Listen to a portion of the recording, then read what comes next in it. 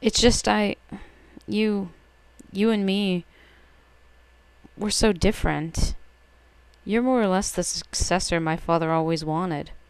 Me, I've been pushing all that away for so long that I don't know how to stop. So I wanted to push you away too. I stare at the ground, inwardly squirming in embarrassment.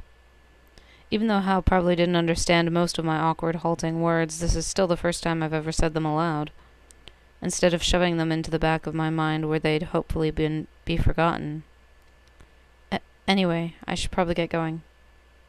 Sigh, John. As I slide down from the piano, Hal catches me by the arm. He indicates some stacks of sheet music on the floor nearby. Sono. Does he still want my help picking songs for the concert?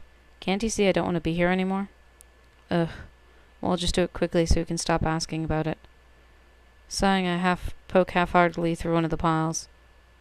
My eyes widen as soon as I see what's in it. Jazz, rock, even a few film scores. Seriously, dude? As far as I know, our orchestra room has never carried such a wide selection of genres. Seriously, dude? I flip through the pages at breakneck speed, my disbelief growing the entire time.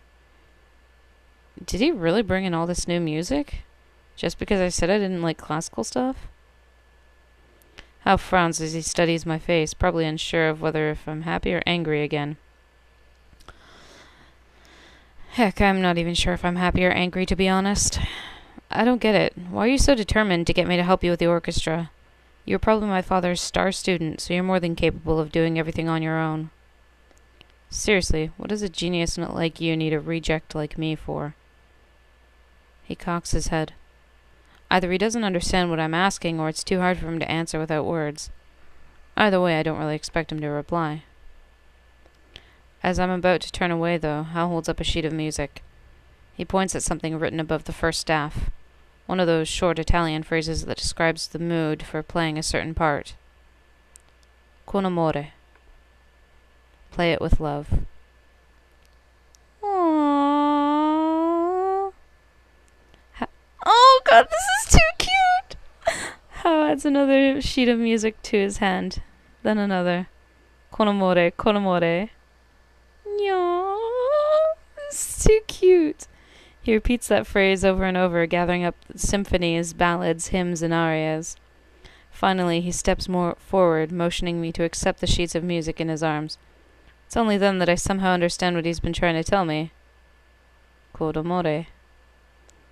A song that can be played with love. A song that I care about. He can't believe I don't have anything like that. I numbly back away. The papers spill onto the ground like so many flightless white birds. Sorry, I have to go. Aww. Stepping over the fallen sheets, I'm out the door before he can stop me. There's nothing you can play with love. That's sad. Con amore. A song I can play with love. It's been a long time since I've thought about that. That girl strumming her guitar on the street curb, oblivious to everything outside her music. Hal sweeping his baton into the air, humming steadily under his breath. Even my father, eyes closed in a rare moment of peace as his fingers flew across the piano keys. They all have something that I've lost. Something I've constantly told myself that I no longer need. Something I never admitted I still miss, even now. These past few years I forgot it, didn't I? That no matter how different we are, we can all share music. No matter your age, which country you're from, whether you're a musical genius or a good-for-nothing reject. Shouldn't we all be able to find a song we love? Maybe it would be nice to care like that again.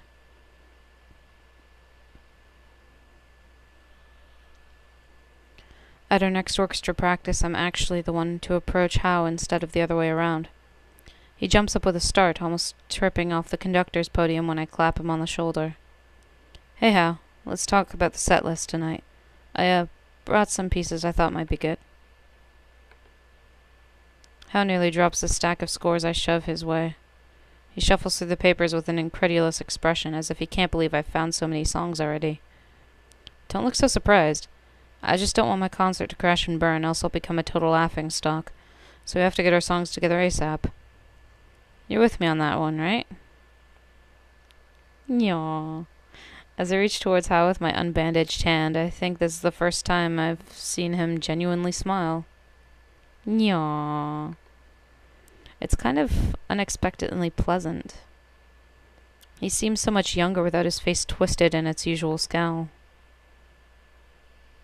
Stepping forward, he clasps his hand in mine. For the second time, we shake. You look determined. I look forward to working with you too. This time I mean it. Yaw.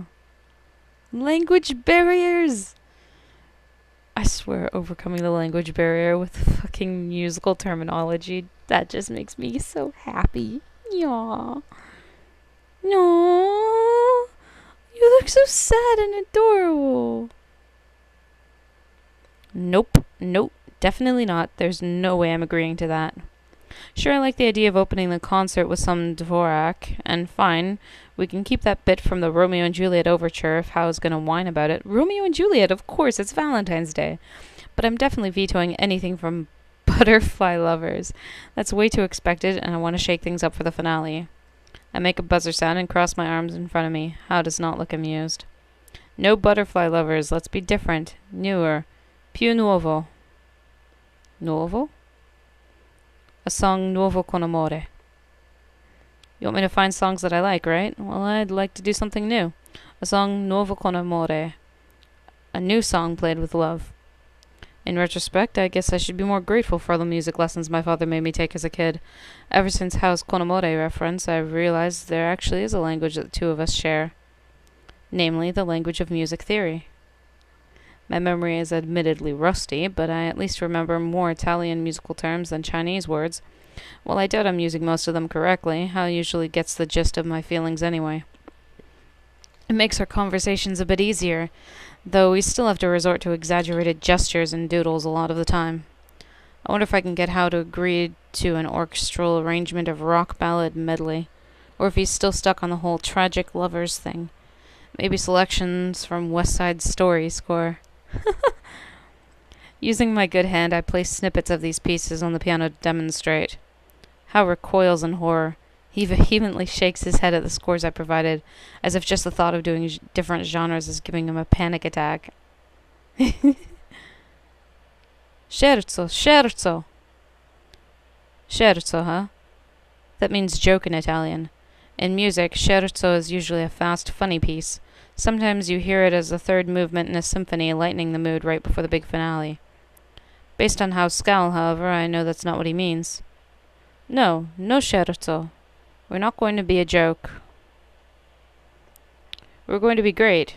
Magnifico grandioso. Orchestral covers like these are getting pretty popular after all. West Side Story totally has an orchestral suite. No one is going to stone us for it. I keep playing and Hal shakes his head.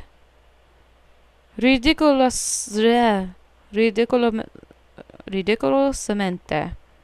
Geez, I'd rather be doing it ridiculosamente than mind-numbingly boring. Don't be so uptight. Meno rigoroso. Less strict. Più bravura. More boldly. Stand out. A clatter at the front interrupts Hal in mid-sputter. Looking up, I see several members of the orchestra standing by the door, all of them staring incredulously at me and Hal.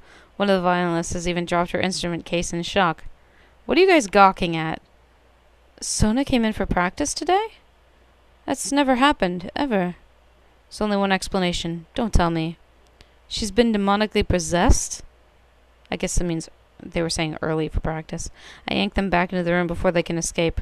Back, demon! Back! Oh, come on. Hal and I were just meeting before practice to decide the last song for the concert. Is it really that hard to believe that I might actually be on top of things for once? Several more orchestra members walk in as I'm talking. Once they see me, they also gasp and drop their instruments. No way, Sona's actually on time? She wasn't just on time, she was actually early. Ooh. Ah. Fuck you guys. Fuck you guys.